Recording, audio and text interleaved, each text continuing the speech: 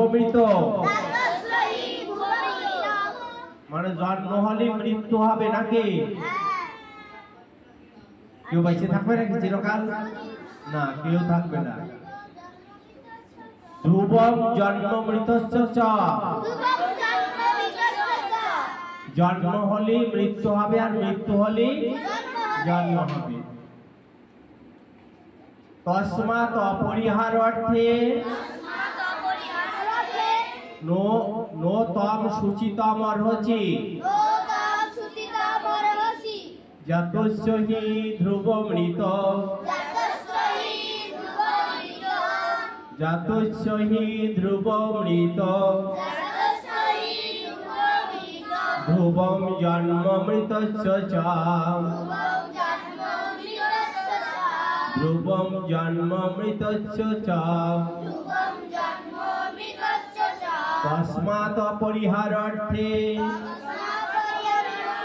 তস্মাৎ অপরিহার অর্থে নো তম শুচিতম অর্হসি নো তম শুচিতম অর্হসি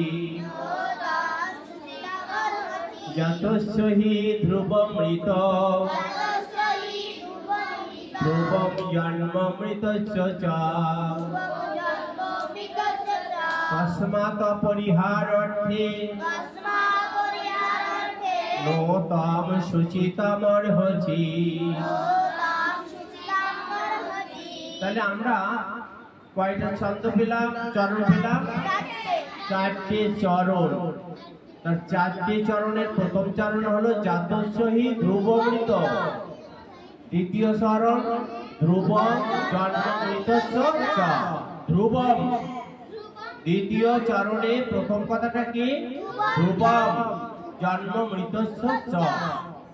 তৃতীয় চরণে কি? তস্মাৎ, তস্মাৎ অপরিহার অর্থে।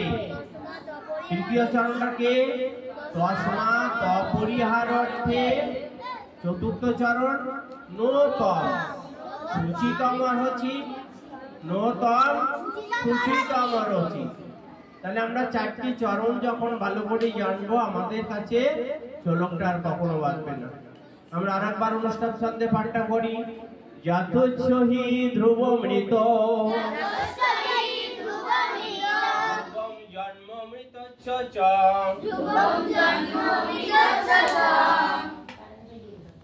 হি ধ্রুবমৃত ধ্রুবম জন্মমৃতস্য চ তস্মাৎ অপরিহার অর্থে নো তম শুচিতম অর্হসি যতস্য হি ধ্রুবমৃত ধ্রুবম জন্মমৃতস্য চ তস্মাৎ অপরিহার অর্থে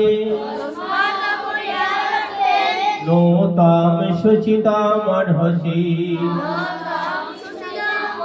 আমরা একটু অর্থটা দেখে নিই। যার জন্ম হয়েছে তার মৃত্যু অবশ্যম্ভাবী, এবং যার মৃত্যু হয়েছে তার জন্ম অবশ্যম্ভাবী। অতএব অবিসম্ভাবী বিষয়ে কখনো শোক করা উচিত নয়, শোক করা উচিত নয়। তার মানে মরে গেছি, কান্না শুরু করে দিলাম।